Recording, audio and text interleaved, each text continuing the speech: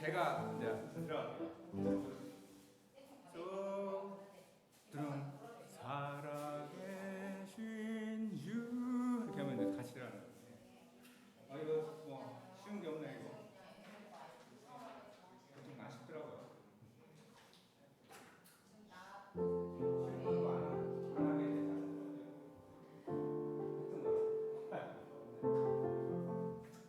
너무 놀고 싶은데 중요한 건 아빠도 동지를 뺑뺑뺑 돌면 안 되나?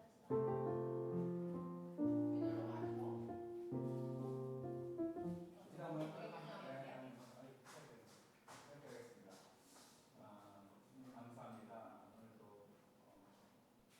좋은 날 주님께서 저희 세우셨고 안녕하세요. 이 아침에 주님전 우리 강한이 발걸음 인도하셨습니다. 이 모든 것이 주님께서 주시는 주님을 기도했습니다. 주님 저희 삶을 주관하시고 저희 일들 모든 저희 일들 이곳에서 주님께서 다 하신 것처럼 저희 모든 다 주님께서 이끌어 주시옵소서. 그래야 저희 삶에 주님을 높이 의지하는 주님 말씀에 그러시는 사람을 수 있도록 인도하여 주시옵소서. 오늘 찬양의 주님만이 주인이시고 주님이십니다. 잊지 않고 찬양할 수 있도록 하시고 오늘 예배 감격이 있는 예배 될 수 있도록 주님 허락하여 주시고 끝까지 함께하여 주시고 모든 말씀 예수님으로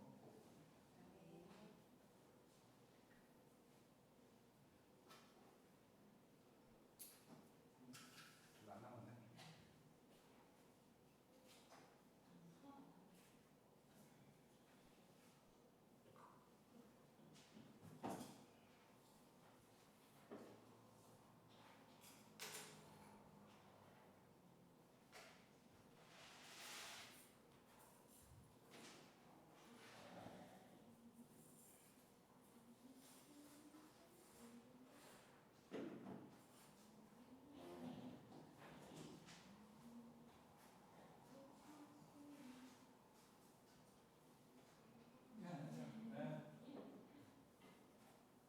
인사 주세요.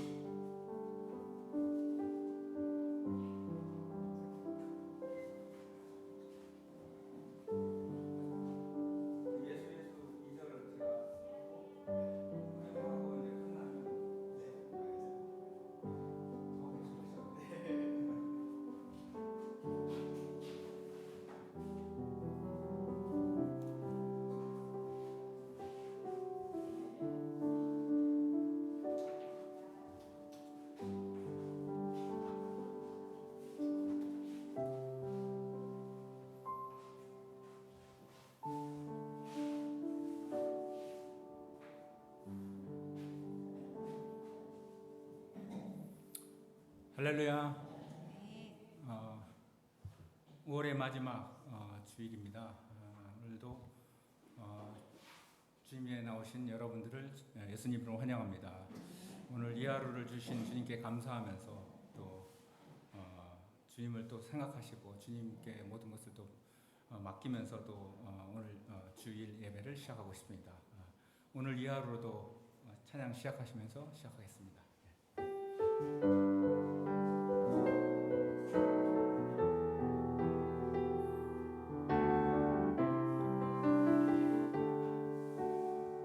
내게 주어진 하루를 감사합니다. 내게 주어진 하루를 감사합니다. 내게 또 하루를 허락하심을 이 하루도 헛되이 보내지 않으며 살기 원합니다. 이러는 종 받을 만한 자격 없지만 주의 인자하심 힘입음으로 이 하루도 내게 주어졌음이나요 감사드립니다. 하루도 정직하게 하소서. 이 하루도 정직하게 하소서. 이 하루도 친절하게 하소서. 내가 만나는 모든 사람들에게 자비를 베풀게 하소서. 이 하루도 온유하게 하소서. 이 하루도 겸손하게 하소서. 이 하루도 겸손하게 하소서. 내 걸음을 지치게 만드는 이들에게 용서를 베풀게 하소서. 내게 주어진 하루를 감사합니다. 내게 또 하루를 허락하심을 즐거운 일이든 혹 슬픈 일이든 감사드립니다. 비록 이 하루가 나를 울린다 해도 원망에 품지 않을 이유는 나의 주님이 모든 일을 주관하셔서 선을 이루심이라. 아멘. 이 하루도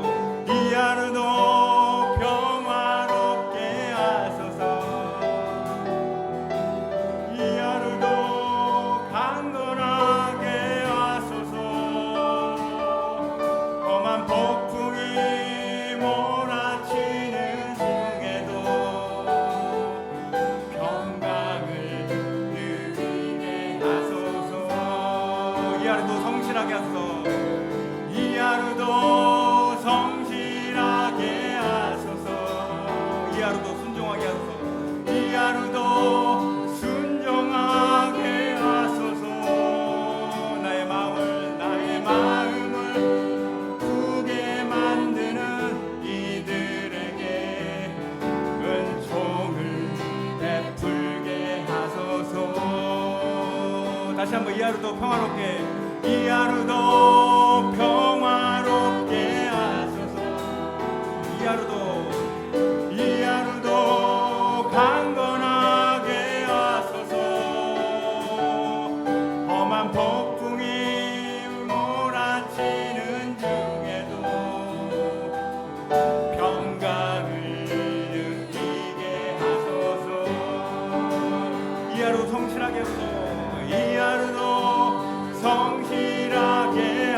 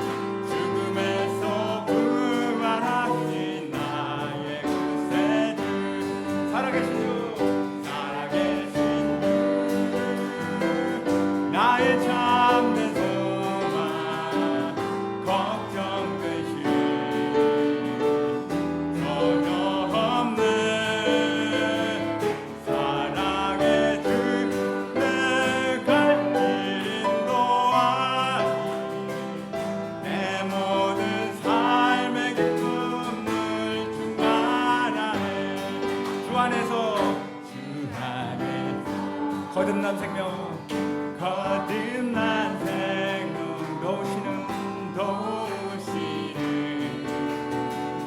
주의 사랑 참 기쁨과 확신 가지고 예수님의 도우심을 믿어 살리 아멘 살아계신 주 나의 참된 소망 걱정되지 전혀 없네 사랑의 주 내 갈 길 인도하니 내 모든 삶의 기쁨 늘 충만하네 3절 그 언젠가 주뵐 때까지 주를 위해 싸우리라 승리의 놀고 보면도 주님께서 나의 앞에 지켜주시니 살아계신 주 나의 참된 소망 걱정되지 전혀 없네 사랑의 주 내 갈 길 인도하니 내 모든 삶의 기쁨 늘 충만하네 한 번 더 살아계신 주 나의 참된 소망 걱정되지 전혀 없네 사랑의 주 내 갈 길 인도하니 내 모든 삶의 기쁨 늘 충만하네 아멘 주님 사랑합니다 아멘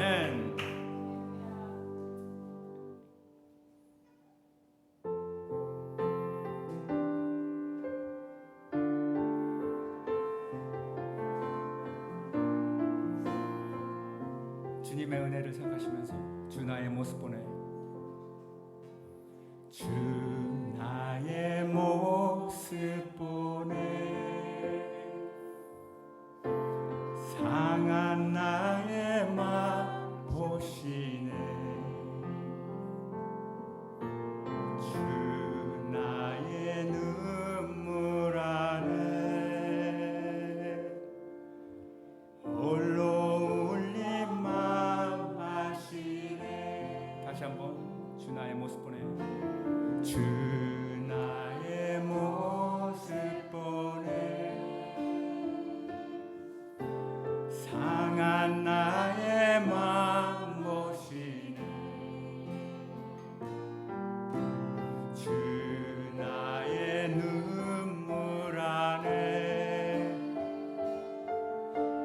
홀로 울던 맘 아시네 세상 소망 다 사라져가도 주의 사랑은 끝이 없으니 살아가는 이 모든 순간이 주 은혜임을 나는 아네 주 나의 모습 보내 주 나의 모습 보내 상한 나의 마음 보시네 상한 나의 마음 보시네 주 나의 눈물 안에 홀로 울던 마음 우리 다같이 아멘 높여서 부르겠습니다 주 사랑 내게 있네 주 사랑 내게 있네 그 사랑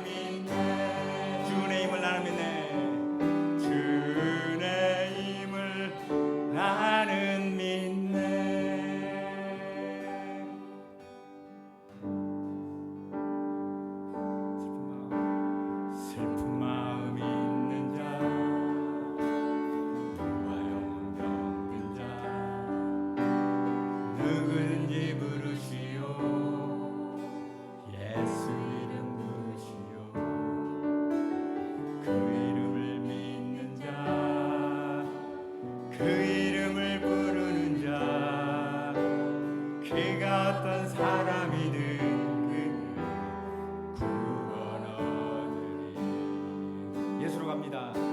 예수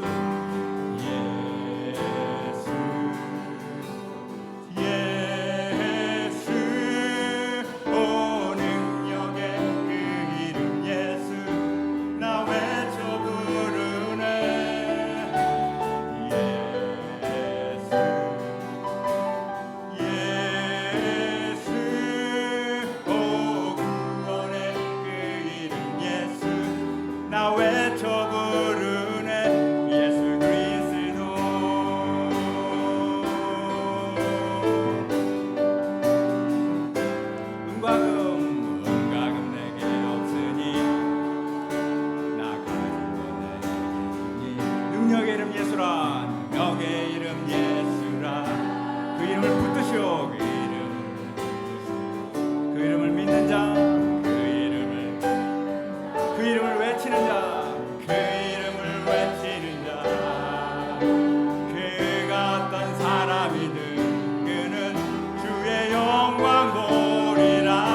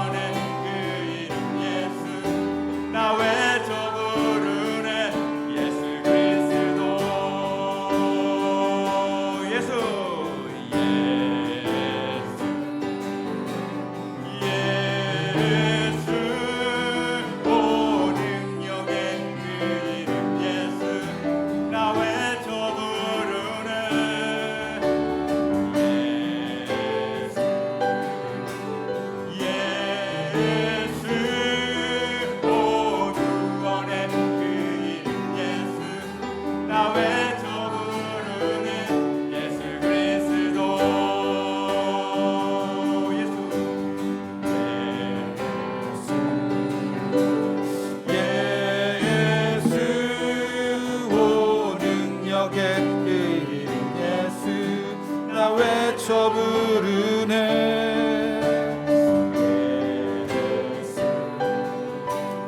예수 오 능력의 그 이름 예수 나 외쳐 부르네. 예수 그래 우리 마지막으로 함께 고백합시다. 예수 예수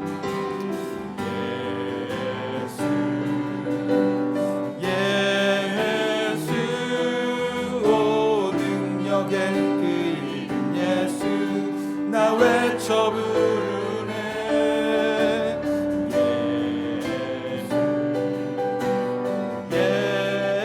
예수 오는 원의 그 이름 예수 나 외쳐 부르네. 예수 그리스도.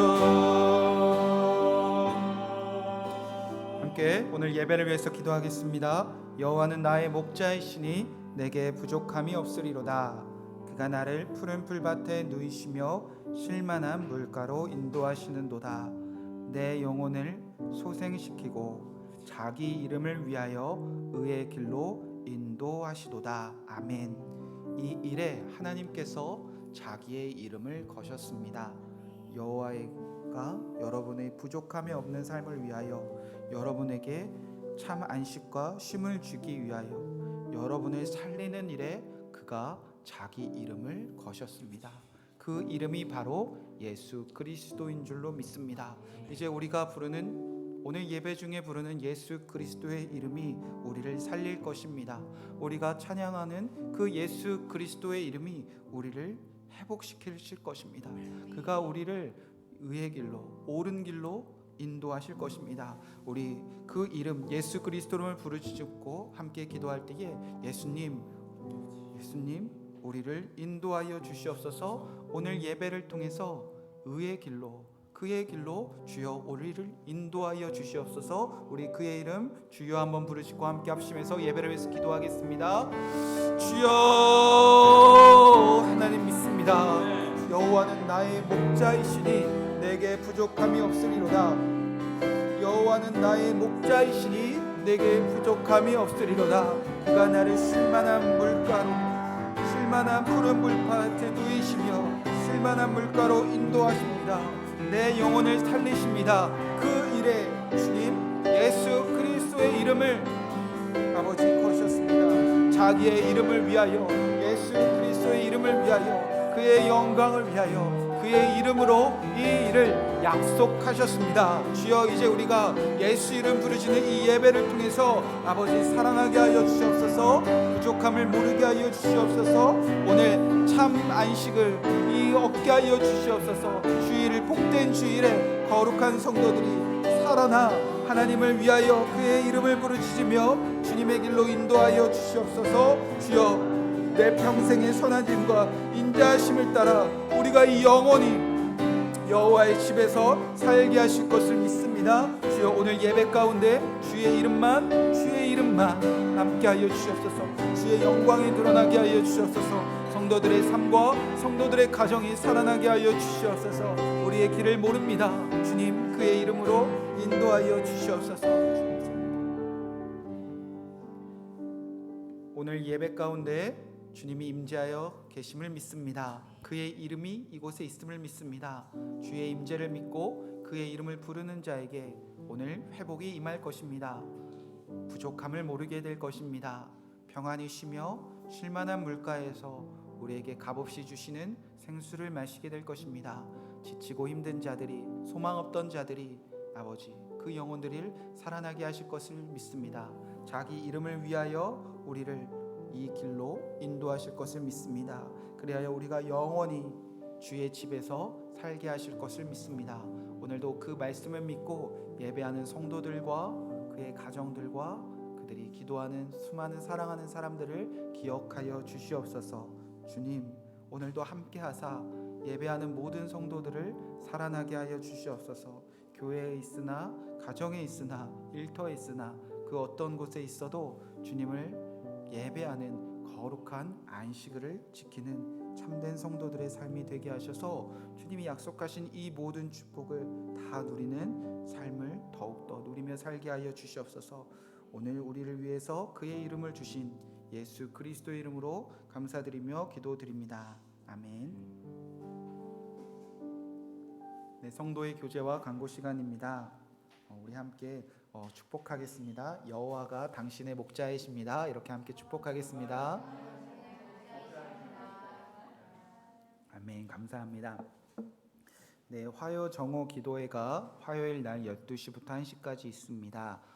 기도하기 원하신 분들은 누구든지 오셔서 기도하시고, 특별히 기도 제목이 있으시다면 속장님을 통해서 온 성도들에게 이제 함께 기도하는 기도 제목들을 속장님에게 알려주시고, 또 긴급한 기도 제목이 있다면 우리 문선주 중보기도 팀장님이나 저에게 알려주셔서 함께 기도하시는 귀한 자리에 서시기 바랍니다. 말씀으로 사는 남자, 아직 가칭이지만 이제 남성분들과 제가 함께 성경을 함께 통독하고 나누기를 원하는 시간을 갖기 원합니다. 신청을 오늘 저녁까지 받습니다. 말씀을 통해서 하나님을 좀 알고 싶다, 또 말씀을 좀 전체적으로 알고 싶다, 저도 아직 부족하지만 함께 시간을 내고 공부하고 성령이 깨우쳐 주시는 시간이 되기 원합니다. 망설이지 마시고 한 분만, 두 분만 꼭 더 신청해 주시면 좋은 시간이 될 것 같습니다. 제가 오늘 검정색 검은 티를 입고 나왔습니다. 왜냐하면 교회 학교가 오늘 숲속에서 말씀 예배를 드렸습니다. 주는 나의 목자이시 내가 부족함이 없으리로다 라는 주제 큐티 말씀을 가지고 산속에서 주님이 목자이신 걸 상징하는 주의 지팡이를 이제 나무로 주셔서 이렇게 활동하는 시간을 가졌습니다. 그래서 가끔씩 제가 이렇게 검은 티를 입고 와도 놀라지 마시고 교회 학교 아이들과 이렇게 즐겁게 예배 드리고 왔구나 이렇게 이해해 주시면 감사하겠습니다. 매달 한 번 정도 진행할 예정인데요. 혹시 아침에 아이들과 좀 산책하고 싶다, 또 아이들을 좀 섬기고 싶다, 교회 학교 뭐 하나 궁금하다, 하시는 분들은 어른, 뭐 청년 할 것 없이 한 달에 한 번씩 같이 그 시간 보내셨으면 좋겠습니다. 네, 이제 다 같이 일어나셔서 오늘 하나님이 저와 여러분에게 주시는 하나님의 말씀을 나누도록 하겠습니다.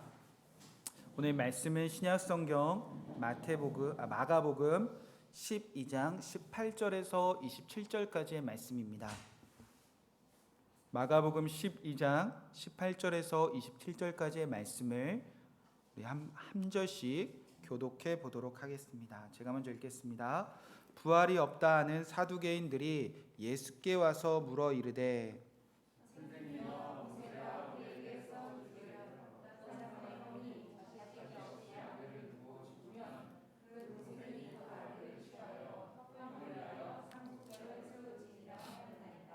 칠형제가 있었는데 마지가 아내를 취하였다가 상속자가 없이 죽고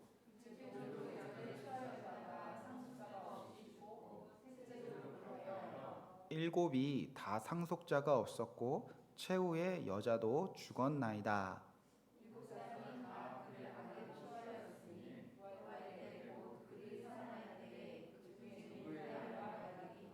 예수께서 이르시되 너희가 성경도 하나님의 능력도 알지 못함으로 오해함이 아니냐.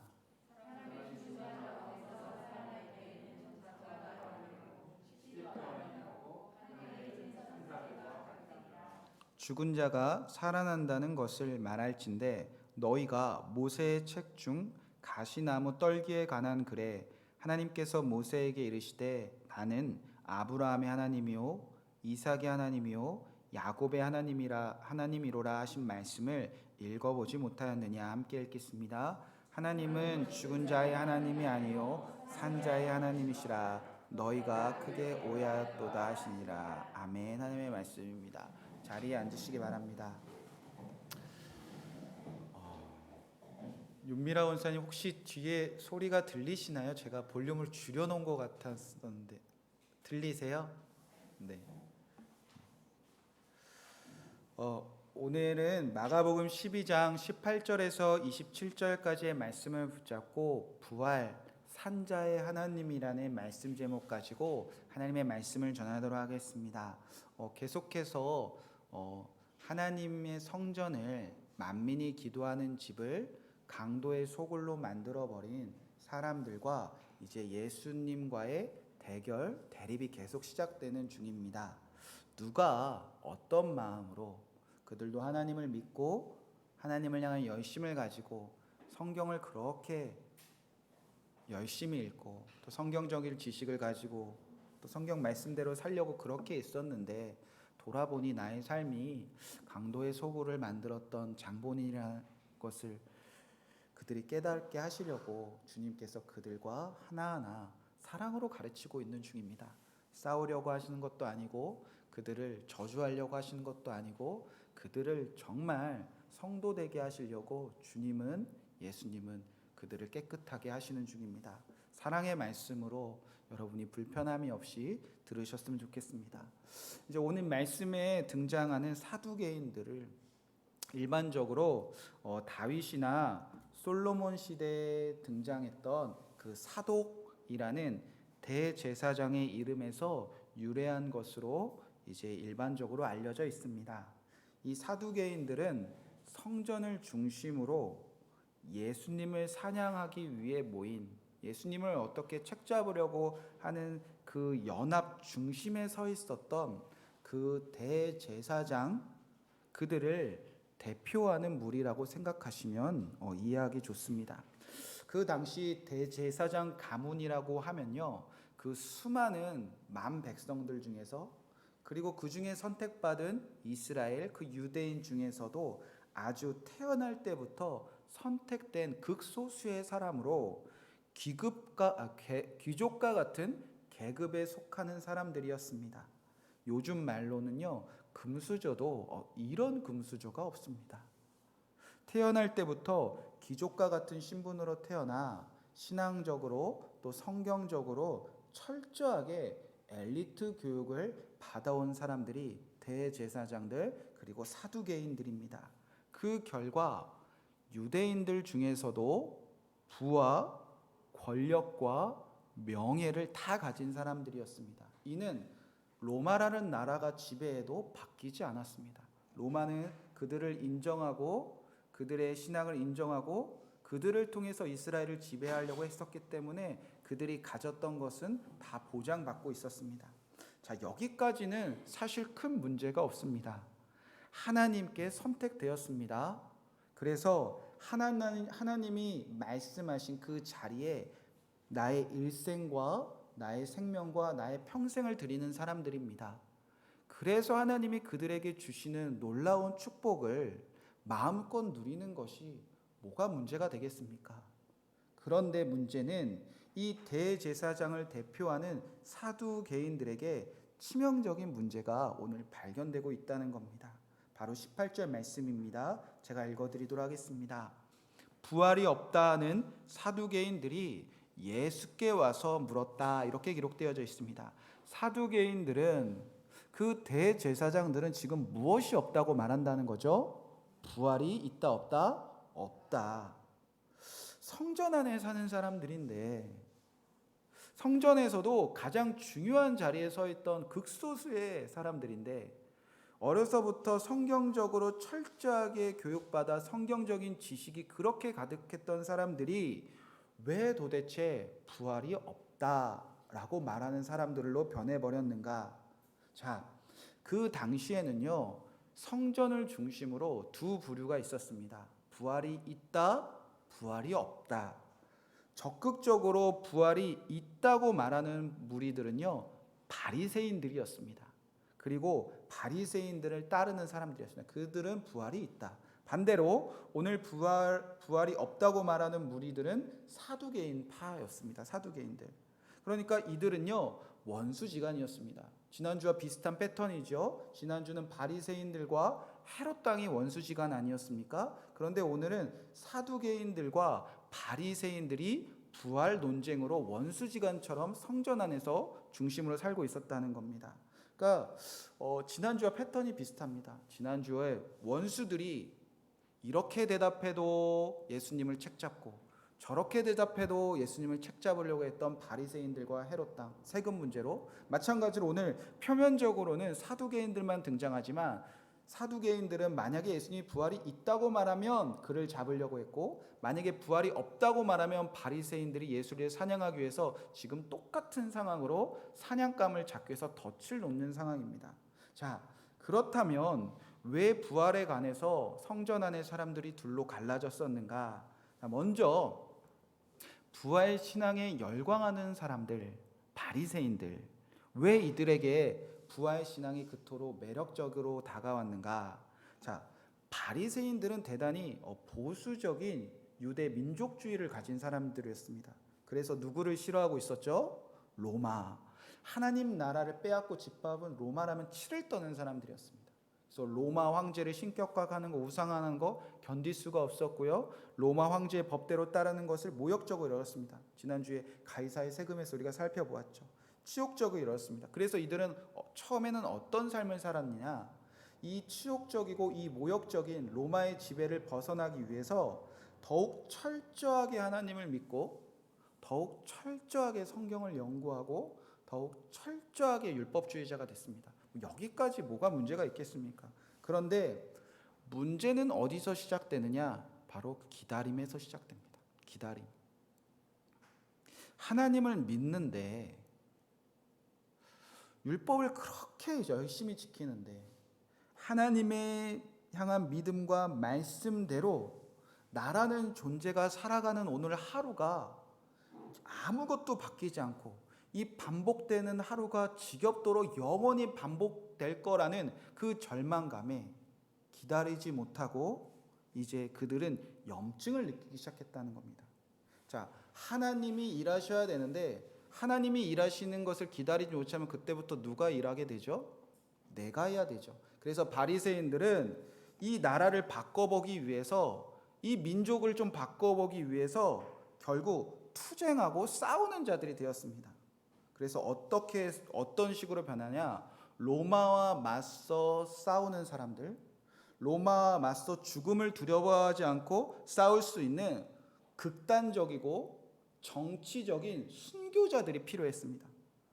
그래야 그런 사람들이 로마에 대항해서 싸우고 죽어야 로마가 바뀐다. 그래야 우리가 이긴다. 이런 극단적인 순교자들을 원했다는 겁니다. 그래서 순교자들에게 명분을 줘야 되는데 그 명분이 무엇이죠? 성경을 찾아보니까 죽음이 끝이 아니야. 부활한다. 그렇게 순교신앙을 가르치는 사람들이었다는 겁니다.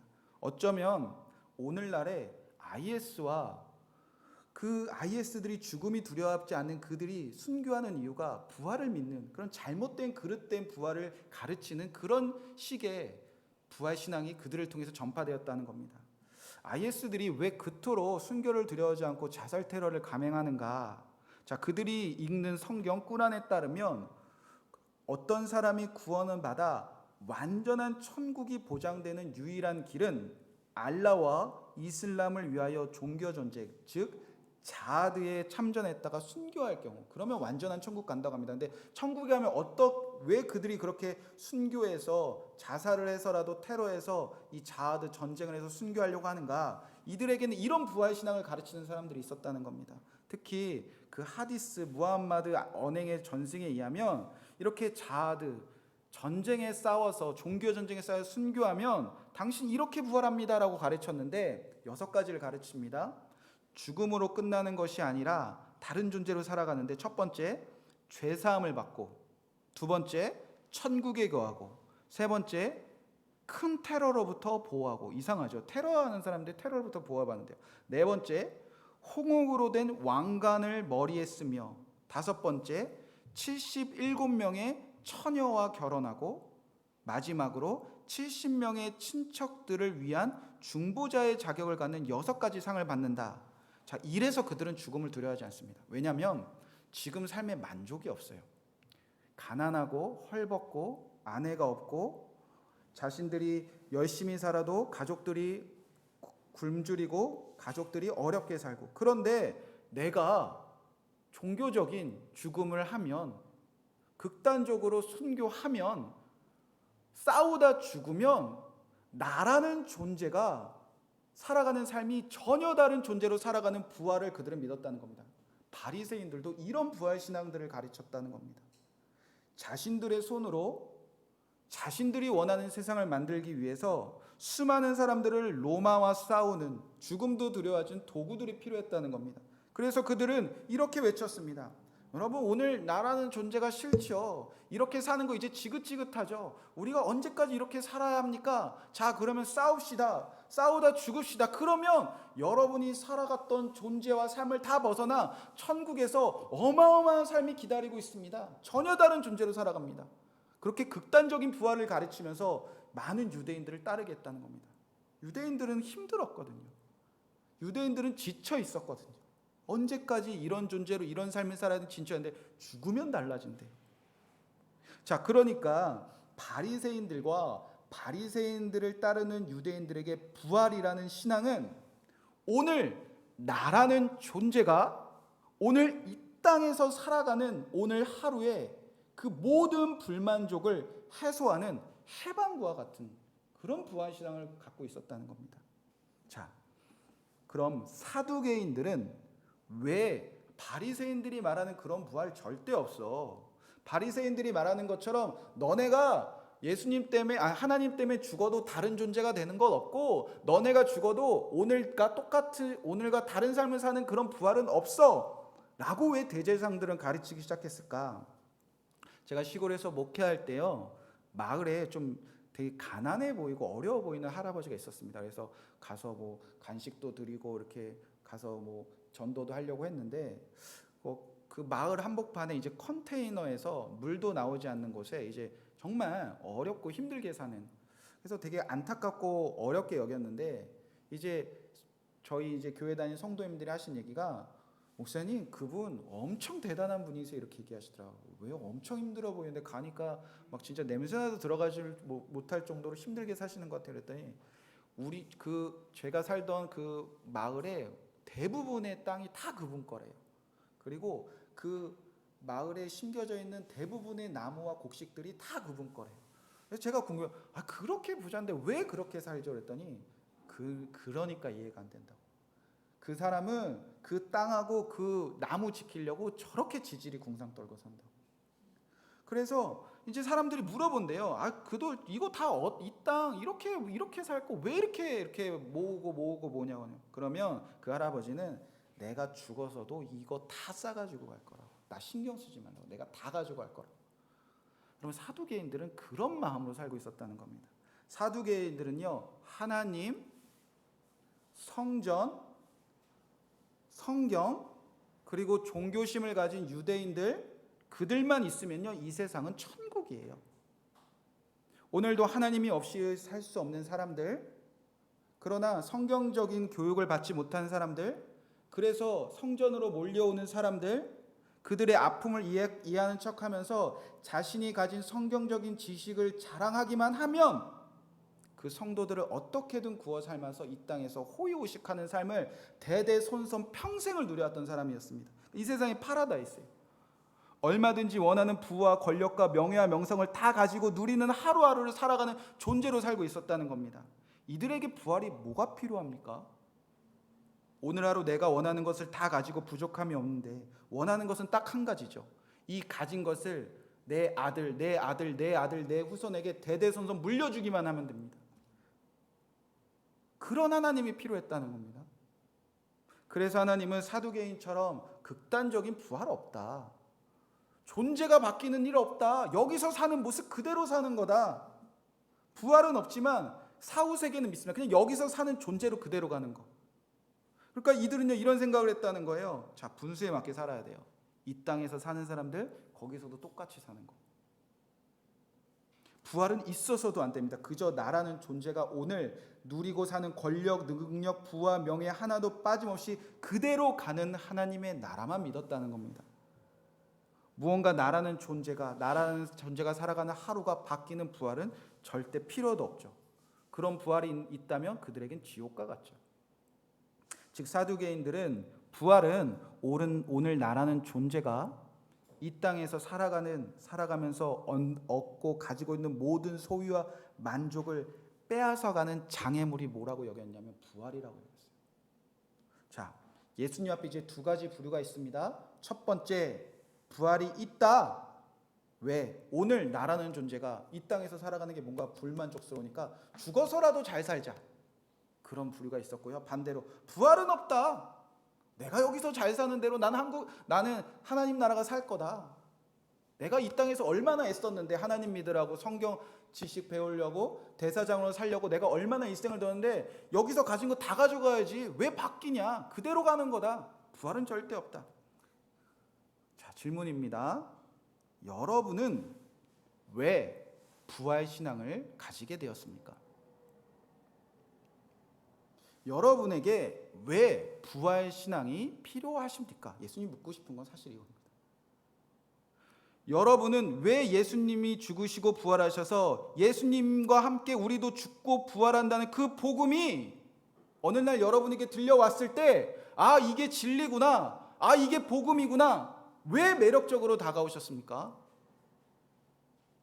오늘 이 땅에서 나라는 존재가 더 구체적으로 내가 살아가는 오늘 삶, 내 가정, 내 모습, 내 신분, 내가 살아온 과정, 내 가족, 내 배우자, 내 자녀, 내 삶, 내 자녀, 무언가 나라는 존재가 살아가는 오늘 하루가 너무나 불만족스러워서 죽어서라도 잘 살자. 여러분, 이런 부활 신앙으로 여러분 부활을 믿고 계신 분 계십니까? 아니면 왜 부활을 아직도 못 믿으시죠? 여전히 부활이 왜 뜬구름 같는 일처럼 나와는 상관없는 일이었으면 좋겠죠. 오늘 나라는 존재가 이 땅에서 내가 누리고 먹고 마시고 가진 것이 그렇게 매력적이십니까? 자, 이제 사두개인들과 바리새인들이 그런 부활 신앙으로 싸우는 사람들이 예수님 앞에 와서 묻습니다. 부활이 있습니까? 없습니까? 자, 그리고 예수를 책잡기 위해서 지긋지긋하게 그들이 덫을 던지면서 질문을 던집니다. 그 질문이 19절부터 23절까지의 말씀입니다. 제가 읽어드리도록 하겠습니다. 선생님이여, 모세가 우리에게 써주기를 어떤 사람의 형이 자식이 없이 아내를 두고 죽으면 그 동생이 그 아내를 취하여 형을 위하여 상속자를 세울지라 하였나이다. 칠형제가 있었는데 마지가 아내를 취하였다가 상속자가 없이 죽고 둘째도 그 여자를 취하였다가 상속자가 없이 죽고 셋째도 그렇게 하여 일곱이 다 상속자가 없었고 최후의 여자도 죽었나이다. 일곱 사람이 다 그를 아내로 취하였으니 부활 때 그들이 살아날 때에 그 중에 누구의 아내가 되리까? 부활이 없다고 믿는 사두개인들이 하는 질문이 그 부활과 관련된 질문이 참 저질스럽습니다. 자, 이들이 부활이 없다고 말하는 근거를 지금 어디서 찾았죠? 자, 모세가 쓴 글, 그러니까 모세오경에서 찾았습니다. 그러니까 사두개인들이 믿는 성경은 모세오경밖에 없습니다. 그 외에 선지자의 글들이나 그 외에 시편이나 많은 구약의 성경을 인정하지 않습니다. 왜? 모세오경에게만 대제사장의 권한이 자신들에 있는 것처럼 여겨지고요. 그 이후에는 자꾸 확대가 되거든요. 자, 그들은 모세오경에서 이제 근거를 찾습니다. 부활이 없다는 근거를. 자, 예수님께 그렇게 물었습니다. 이거 봐요. 이럴 때 어떻게 하죠? 이러면 곤란한 거 아닌가요?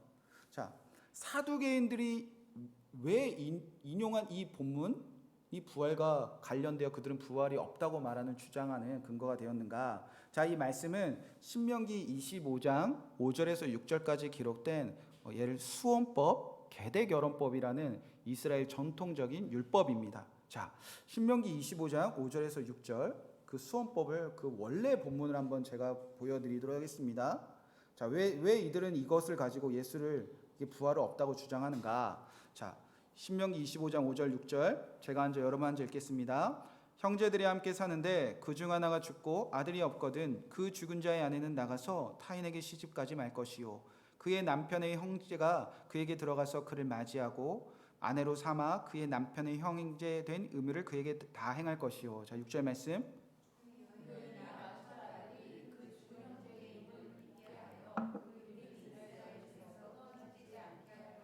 자, 이게 사두개인들이 말하는 그 근거였습니다. 그리고 이거 가지고 더 부풀리고 더 왜곡돼서 이제 질문을 하는 거예요.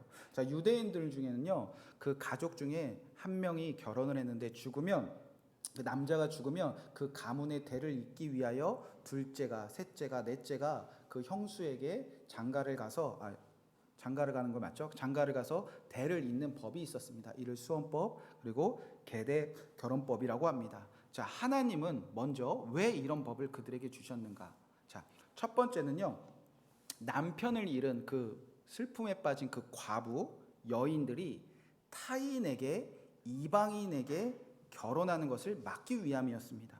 남편을 잃은 가부들이 의지할 것이 없고 갈 곳이 없고 그리고 가진 것이 없을 때 상대적으로 이스라엘 사회에서 약자인 가부들이 이방인들에게 끌려가는 것을 막아내는 일종의 약자들을 보호하는 사회 보장법이었습니다. 예를 들어서 룻기에 보면 이런 이야기가 있죠. 룻이 아내를 잃었는데 룻이 남편을 잃었는데 누구랑 결혼을 하죠? 보아스랑 결혼합니다. 그러니까 이방인들이 다른 사람들에게 시집가는 것을 막기 위해서, 이방인들에게 빼앗기는 것을 막기 위해서, 이방인들에게 짓밟히는 것을 막기 위해서, 가부들을 보호하기 위해서 그 형제들이 장가를 가는 약자를 보호하는 법이 있었습니다. 자, 두 번째로는 각 지파별로 나누어 주신 기업이나 분기들, 쉽게 말하면 땅이나 재산들을 지켜내기 위한 법이었습니다. 자, 만약에 첫째 아들이 결혼을 했는데 첫째 아들이 아내를 남겨두고 죽었다. 그리하면 그 기업은 누구의 것이 되었냐면 아내의 것이 되었습니다. 그러니까 만약에 제가 죽으면 제 모든 재산은 아내에게 상속되어져 있었습니다. 자, 그런데 이 아내가 만약에 다른 사람에게 시집을 갔다. 그러면 어떻게 되죠? 다른 사람의 것이 되는 것입니다. 그러니까 이 재산을 각 지파별로 온전히 지키기 위해서 이것은 사실은 그 남편을 잃은 아내들이 새로 결혼을 하고 또 새로운 삶을 살아가기 위한 약자를 보호하는 법이었는데 이 훗날에 이 법이 어떻게 좀 악용이 되느냐, 이 재산을 빼앗기기 싫어서 그 여자를 붙잡아 놓는 그런 법으로 악용되기 시작합니다. 자, 마지막으로 왜 수원법 계대 결혼법이 필요했는가? 자, 왜 이들은 그토록 대를 이어서 또 대를 이어서 자녀를 낳는 것에 그렇게 목숨을 걸고 있었는가? 자, 우리는 집에 아들 하나 낳아야 되는 것도 우리의 만족을 위해서 낳잖아요. 아들 하나 없으면 좀 섭하지. 그리고 막 딸을 낳아도 딸 없으면 그 엄마는 참 힘들겠지만 이렇게 우리 아들, 딸 성별도 우리를 위하는 거잖아요. 근데 이들은 그렇게 대를 이어서 남자를 낳으려고 이유는 오직 메시아를 기다리는 사상이었습니다. 창세기 3장 15절에 보면 내가 너로 여자와 원수가 되게 하고 내 후손도 여자의 후손과 원수가 되게 하리니 여자의 후손 내 머리를 상하게 할 것이요 너는 그의 발꿈치를 상하게 할 것이라.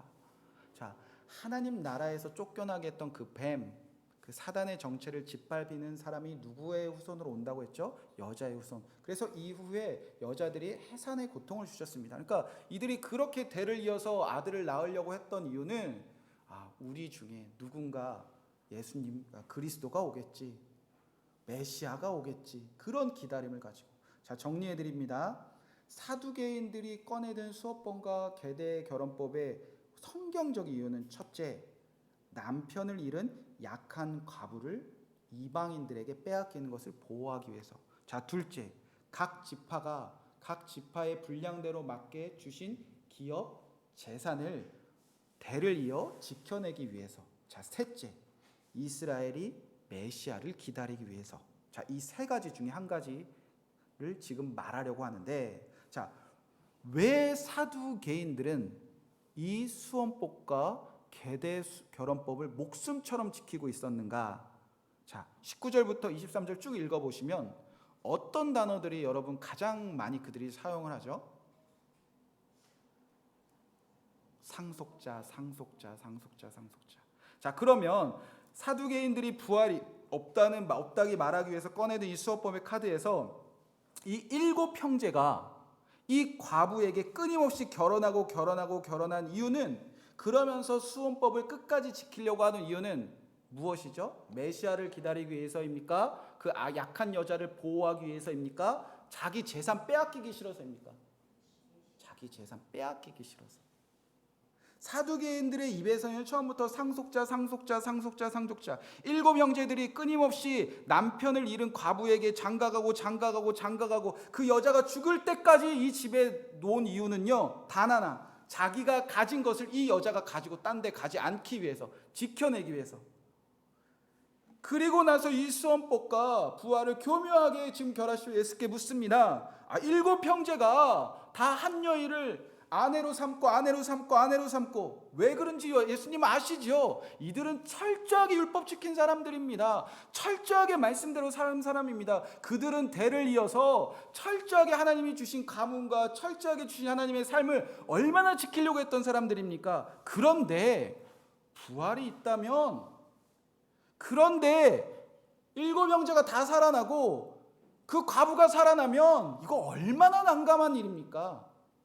얼마나 수치당하는 일입니까? 하나님의 말씀을 철저하게 지킬 7 형제들이 일어나 이 여자 누구 거냐고 싸우지 않겠습니까? 그 여자 더러워 누가 갖겠습니까? 예수님, 하나님의 법을 열심히 지킬 7 형제들을 하나님이 부끄럽게 하실 그 부활을 만들어낼 일이가 있겠습니까? 지금 이런 질문을 하는 겁니까? 사두개인들은 애초부터 부활 관심 없어요. 사두개인들은요, 율법 지키는 이유도, 하나님을 따르는 이유도 오로지 상속. 하나님이 나에게 주셨다는 것을 내가 아무에게도 빼앗기지 않고 가지고 지켜서 누구에게 주고 내 자녀에게 주고 내 후손에게 주고 율법에 담긴 약자를 보호하는 마음, 메시아 기다리는 마음, 하나님의 법, 하나님의 말씀 지키는 이유, 수많은 사람들을 도구로 삼는 이유는 오로지 내가 가진 거 영원히 지켜내기 위해서. 그래서 이들은 지금 이렇게 말하는 겁니다. 모든 사람들은 이 땅에서 하나님이 처음 주신 것, 그 존재, 그 가진 것, 그 삶 그대로 분수 맞게 평생 사는 거예요. 죽어서도. 우리 같은 대제사장은요, 이거 물려주기 위해서 얼마나 열심히 믿었습니까? 얼마나 노력했습니까? 우리는 여기서도 영원히 대제사장, 죽어서도 영원히 대제사장. 저기 유대인 중에 저기 밖에 있는 과부는 과부가 되었으니까 평생 과부. 저기 날 때부터 병든 자는 날 때부터 저렇게 샀으니까 그냥 그 운명 그대로 죽어서도 병자. 이런 말도 안 되는 신앙을 가진 사람들이 누구였다는 거죠? 대제사장들. 나의 존재가 바뀌는, 나의 삶이 바뀌는 부활, 그건 지옥이에요. 여기서 얼마나 잘 먹고 잘 사는데. 대대손손 이 가문은 이 가진 거 상속하기 위해서 얼마나 하나님 열심히 믿었는데, 얼마나 말씀 따랐는데, 이거 빼앗기지 않게 해서 더 가지고 해서 얼마나 이 땅에서 열심히 사는데 그거 다 바뀌는 부활 절대 오면 안 돼요. 사두개인들이 얼마나 이 세상에 썩어질 것에 목매달고 있는 사람들이었습니까? 자, 이제 예수님의 반격입니다. 지난주처럼 부활이 있다고 말하면 바리새인들이 달려들 테고, 부활이 없다고 말하면, 부활이 있다고 말하면 사두개인들이 달려들 텐데, 예수님은 어떤 결론을 내주실까? 여러분의 부활 신앙에 대해서도 점검해 보시기 바랍니다. 자, 24절 말씀 함께 읽겠습니다. 자, 시작. 예수께서 이르시되 너희가 성경도 하나님의 능력도 알지 못함으로 오해하느니라. 자, 우선 바리새인은 무엇을 모르죠? 성경도 하나님의 능력도 알지 못합니다. 그렇게 성경 잘 안다고 하는데, 그렇게 하나님의 능력으로 살고 있는데 하나도 모르는 사람들이었다는 겁니다. 오해하고 있다, 헤매고 있다는 겁니다. 무언가 하고 싶은 건 많아요. 해왔던 건 많아요. 근데 전혀 갈피를 밟지 못하고 헤매고 있었다는 겁니다. 이유는 단 하나, 성경을 몰라서. 성경을 모르니까 하나님의 능력도 몰라서. 사두개인들은 성경의 지식을 자랑하지만 우물 안에 개구리입니다. 성경 전체를 보는 눈이 없습니다. 성경 전체를 보는 눈이 열리지 않고 모세오경만 보고 있습니다. 그래서 헤매고 있습니다. 저도 제 인생에서 헤맬 때는 딱 한 가지입니다. 돌아보면 목회할 때, 살아갈 때, 가정에서 헤매는 이유 딱 한 가지. 성경 잘 모르면 헤맵니다. 성경을 모르니까 하나님의 능력도 모르고, 하나님이 아까 우리가 기도했던 것처럼 나를 어떤 길로 인도하고 계신지 전혀 갈피를 못 잡고 기다리지 못합니다. 잠시 광고 말씀드리면, 남성분들 헤매고 계신 분들이 있다면 같이 좀 성경을 찾아보았으면 좋겠습니다. 자, 이들은 성경을 몰라서 헤매고 있어요. 자, 다시 본론으로 돌아와서 25절 말씀입니다.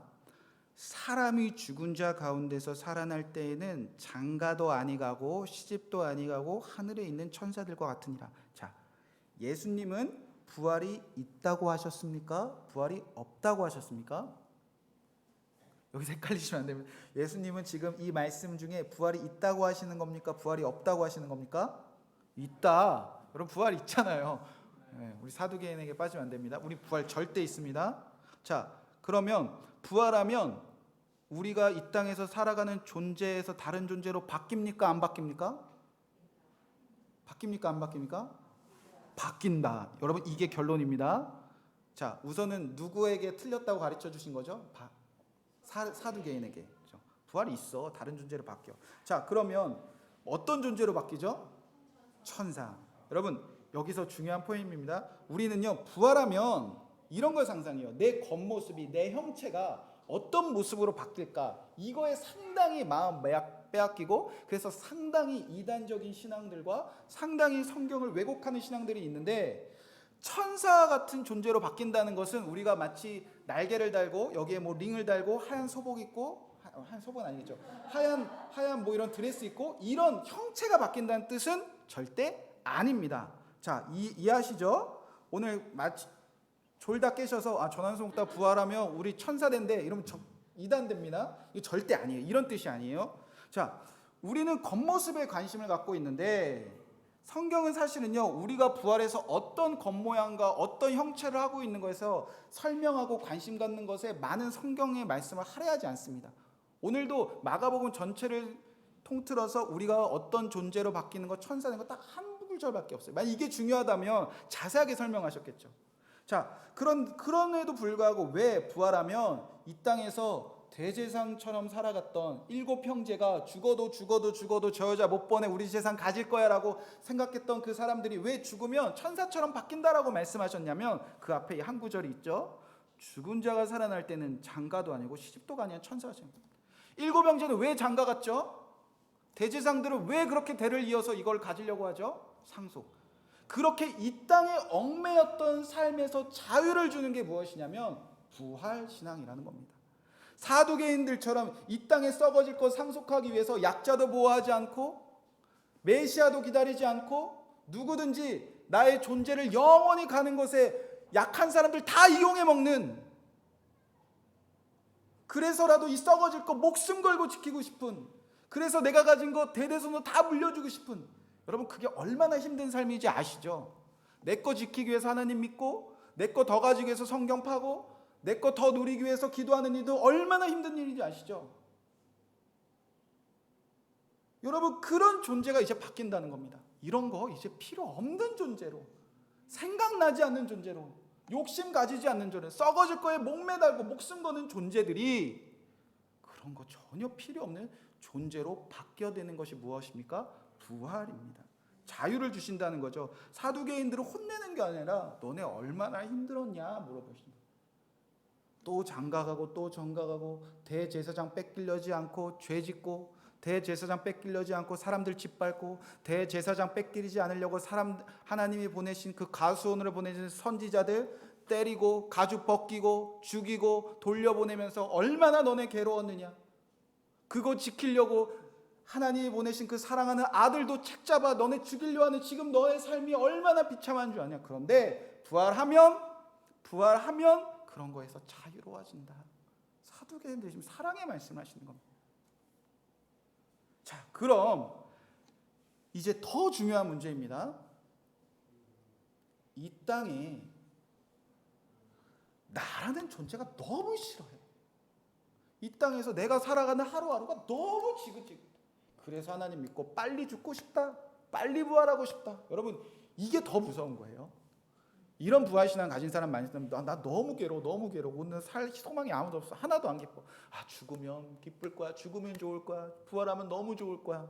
여러분 이게 더 무서운 신앙입니다. 바리새인들과. 자, 대제사장은 소수였지만 이런 사람들이 더 많았다는 겁니다. 그때도 지금도 똑같습니다. 이게 더 많습니다. 너무 힘드니까 예수님 찾고요, 너무 괴로우니까 예수님 찾고. 그때 잘못된 부활신앙하면 이제 극단적인 순교나 극단적인 성경을 파기 시작합니다. 자, 이제 그들에게 예수님이 이제 가르쳐 주기 시작합니다. 26절부터 27절 말씀. 먼저 26절 말씀은 제가 읽어드리도록 하겠습니다. 죽은 자가 살아난다는 것을 말할진대 너희가 모세의 책 중 가시나무의 떨기에 관한 글에 하나님께서 모세에게 이르시되 나는 아브라함의 하나님이요 이삭의 하나님이요 야곱의 하나님이로라 하신 말씀을 읽어보지 못하느냐.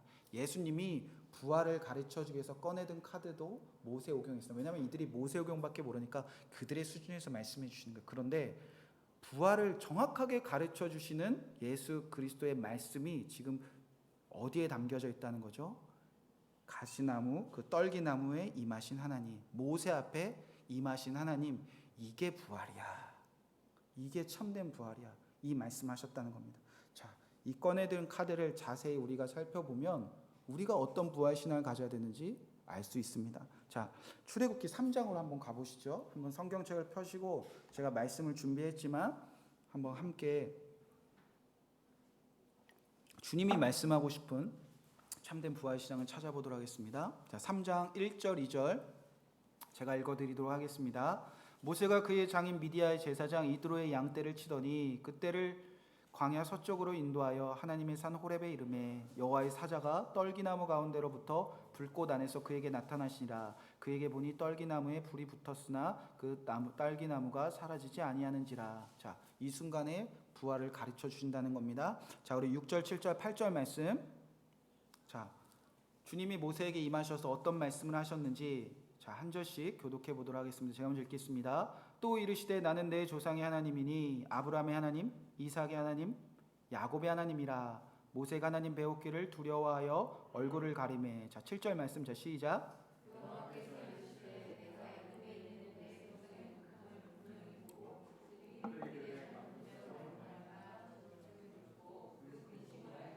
다 함께 읽겠습니다. 8절 시작. 내가 내려가서 그들을 애굽의 손에서 건져내고 그들을 그 땅에서 인도하여 아름답고 광야에 젖과 꿀이 흐르는 땅 가나안 족속, 헷 족속, 아모리 족속, 브리스 족속, 히스 족속, 여부스 지방에 데려가노라 하노라.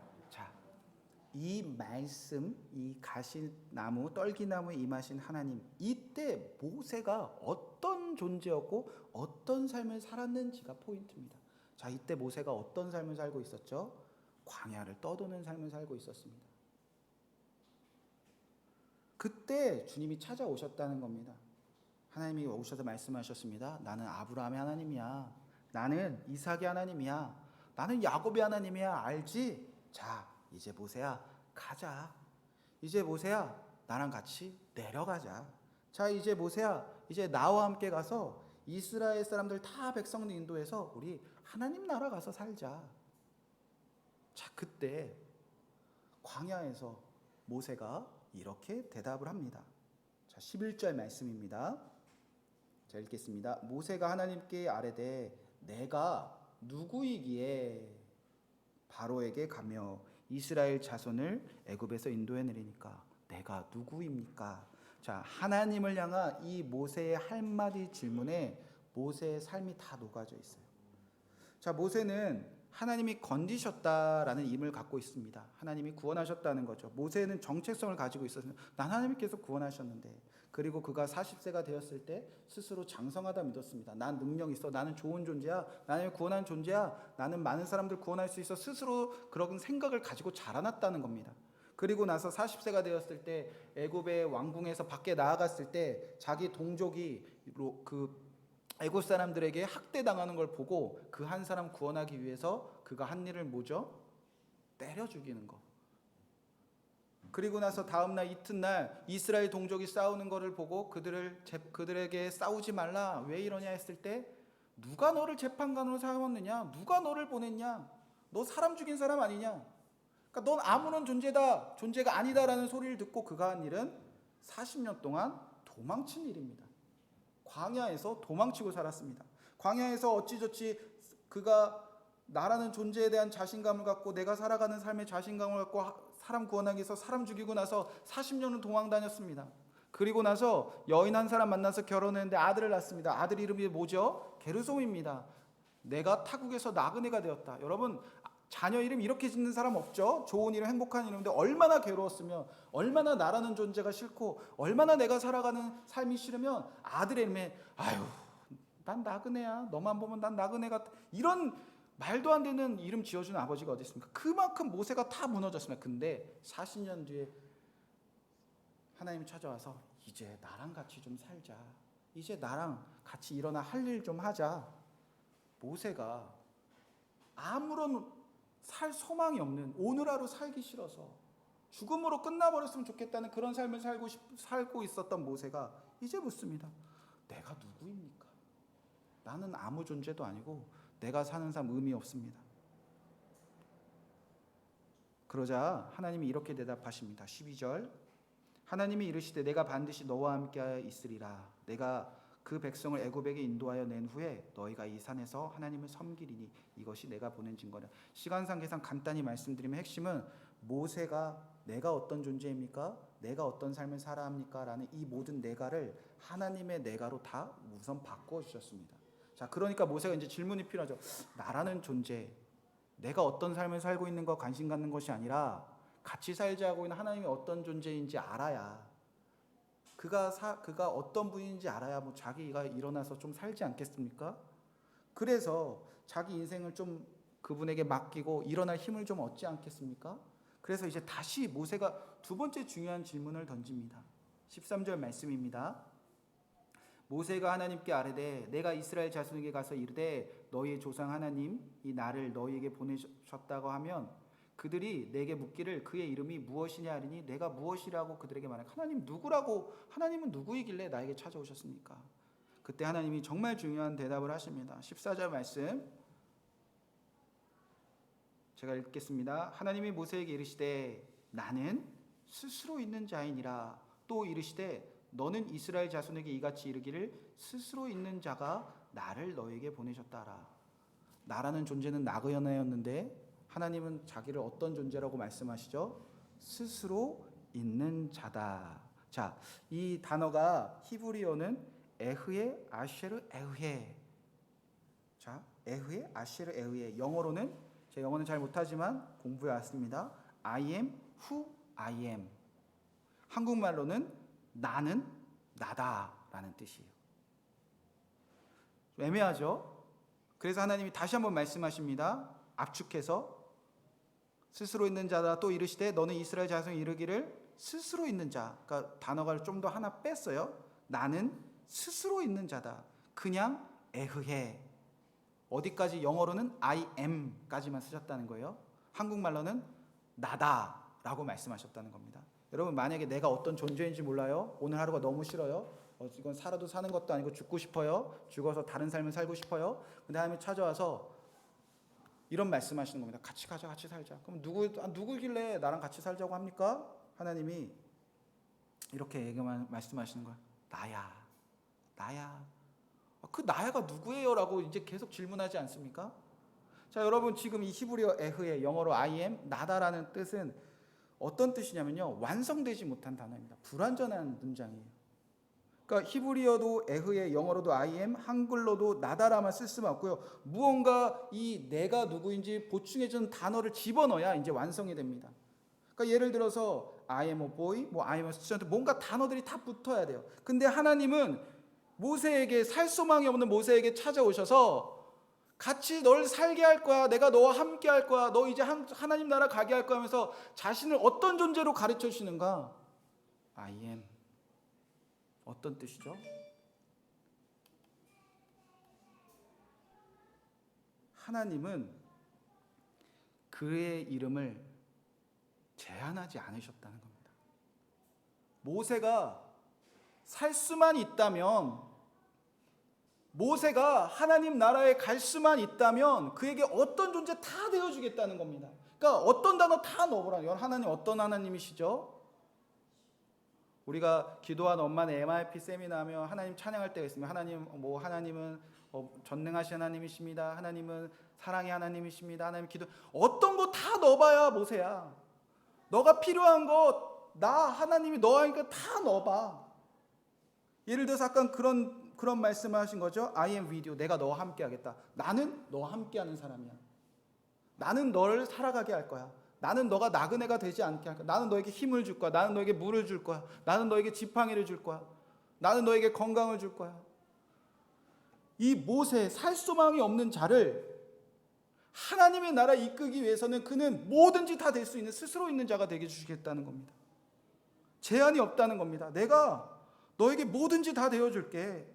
너가 하나님의 이름으로 표현할 수 있는 거 내가 다 되어줄게. 너는 제발 일어나 나와 함께 가자. 적과 꿀이우는 땅으로 가자. 내가 그때까지 다 돼줄게. 여러분, 이거 놀라운 사랑 아닙니까? 여러분, 그리고 나서 오늘 이제 바리새인들에게 선포하신 대로, 나 오늘 죽고 싶어요, 나 오늘 살기 싫어요, 나는 아무것도 아니에요, 나 끝났으면 좋겠어요 말하는 사람들에게 모든 것이 되주시는 하나님께서 이제 그들이 다 아는 하나님의 이름으로 말씀하십니다. 15절 말씀, 하나님이 또 모세에게 이르시되 너는 이스라엘 자손에게 이같이 이르기를 너희 조상의 하나님 여호와 곧 아브라함의 하나님, 이삭의 하나님, 야곱의 하나님, 나를 너에게 보내셨다 하라. 여러분, 이게 무슨 뜻이냐면 아브라함도 그럴 때 있었다는 거예요.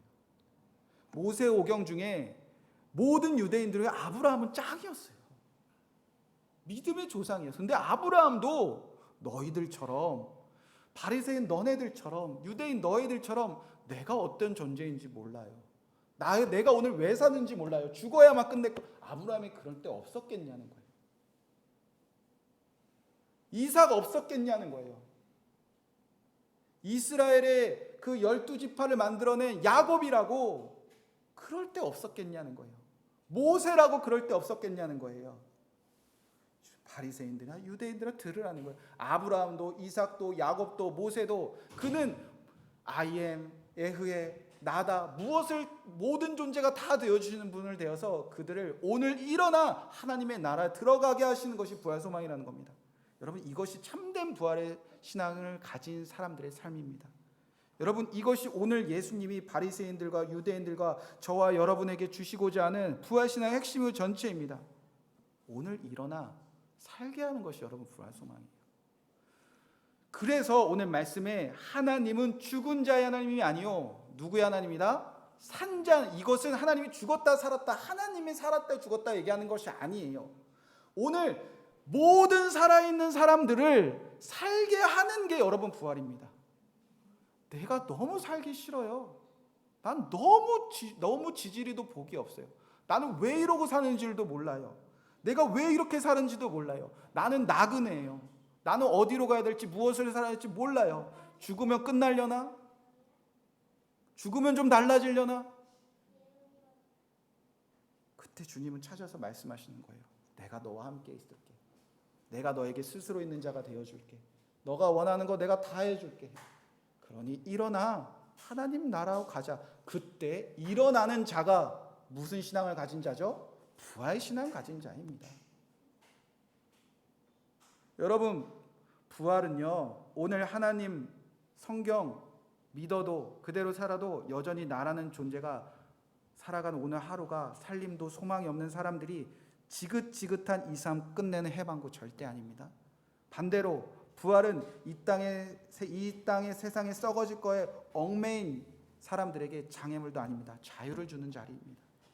부활은 아무 존재도 아무 의미 없던 내 삶, 살기 싫은 내 삶도 하나님 때문에 살아가는 것, 하나님 때문에 세임 없는 것, 하나님 때문에 일어나 하나님 나라 갈 때까지 사명을 가지고 사는 사람들이 진짜 부활 신앙 가진 자입니다.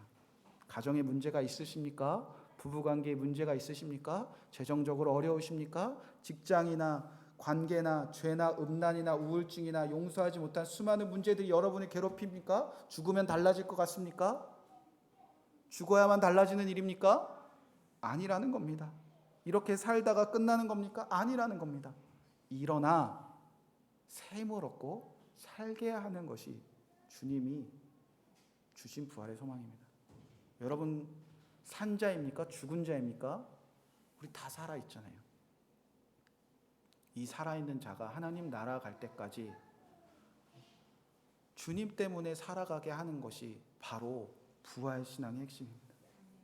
예수님 믿고 죽어서도 부활하는 존재가 왜 정작 오늘 하루는 죽을 것처럼 삽니까? 그 하나님이, 나의 모든 것이 되신 하나님이 나와 함께 하시는데 왜 죽지 못해 사는 정도로 살아가십니까? 주님은 오늘 말씀하십니다. 나 부활, 나는 산자의 하나님이시다. 그 하나님이 여러분을 일으켜 세우는 그 부활의 소망이 여러분에게 실제가 되시는 오늘 이 말씀이 여러분에게 아멘 되어지는 오늘 이 예배가 되시길 주님의 이름으로 간절히 축복의 말씀을 드립니다. 이 말씀 붙잡고 우리 살아계신 주 결단 찬양으로 올려드리고 공헌함으로 주일 예배를 마치도록 하겠습니다.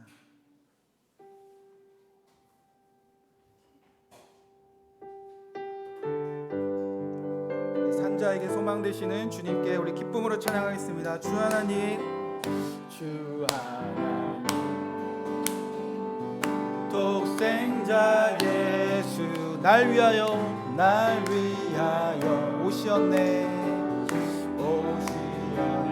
내 모든 죄 다 사시고 내 모든 죄 다 사시고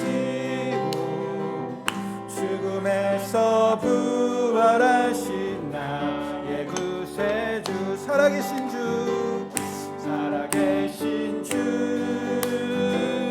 나의 참된 소망, 걱정 근심 전혀 없네. 사랑의 주네 갈 길 인도하니 내 모든 삶의 기쁨에 충만하네. 살아계신 주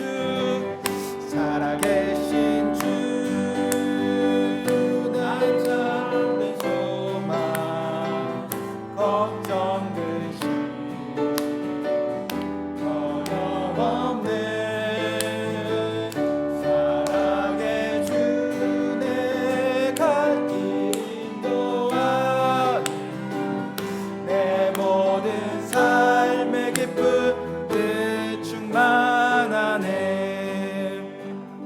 제가 축복 기도하겠습니다. 하나님, 우리에게 부활 신앙을 주신 것 감사드립니다. 우리가 이 땅에 썩어질 것에 얽매여 사는 사람들이 되지 않게 하여 주옵소서. 이 땅에 썩어질 것 그거 평생 붙잡고 사느라, 그리고 이 썩어질 것 평생 누리고 살고 싶어서 그 마음 때문에 사두개인처럼 부활이 없다 말하며 많은 사람들 괴롭히고 힘들게 하고 아프게 하는 그런 종교인이 되지 않게 하여 주시옵소서. 하나님, 더 바랐고 원하기는 하나님, 우리가 예수님 믿고 예수님 말씀 따르는데도 나라는 존재가, 나의 삶이 여전히 힘들고 어려워서 낭망하고 쓰러져 넘어지지 않게 하여 주시옵소서. 소망을 잃지 않게 하여 주시옵소서. 죽어서나 끝날 거라고 그렇게 괴로워하는 삶을 주님 끊어내 주시옵소서.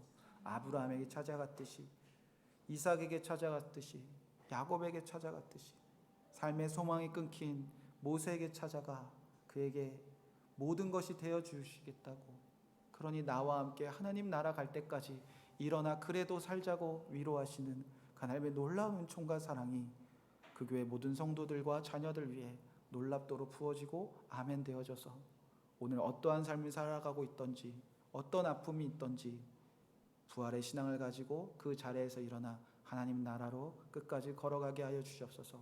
아버지, 이 땅에 썩어질 것에 이제 그 마음을 아버지 주님께 올려놓습니다. 그리고 십자가에 못 박습니다. 그리고 주님이 주신 것을 대대손손 갖기 위한 것이 아니라 이제 주님께 올려드립니다. 이 주님께 드린 것이 귀한 예물이 되어서 이 땅에 어렵고 힘든 사람들, 하나님 때문에 살아가야 되는 사람들, 부활이 필요한 사람들에게 아버지 값없이 흘러가게 하여 주시옵소서. 이제는 우리 주 예수 그리스도의 십자가의 은혜와 그 아들 아낌없이 보내신 하나님의 놀라우신 사랑하심과 성령의 교통하심이 이제 부활 신앙을 가지고 그 자리에서 일어나 걷기를 소망하는 모든 성도들과 그의 가정 위에, 그 교회 위에 지금부터 영원토록 함께 하시기를 간절히 축원하옵나이다. 아멘.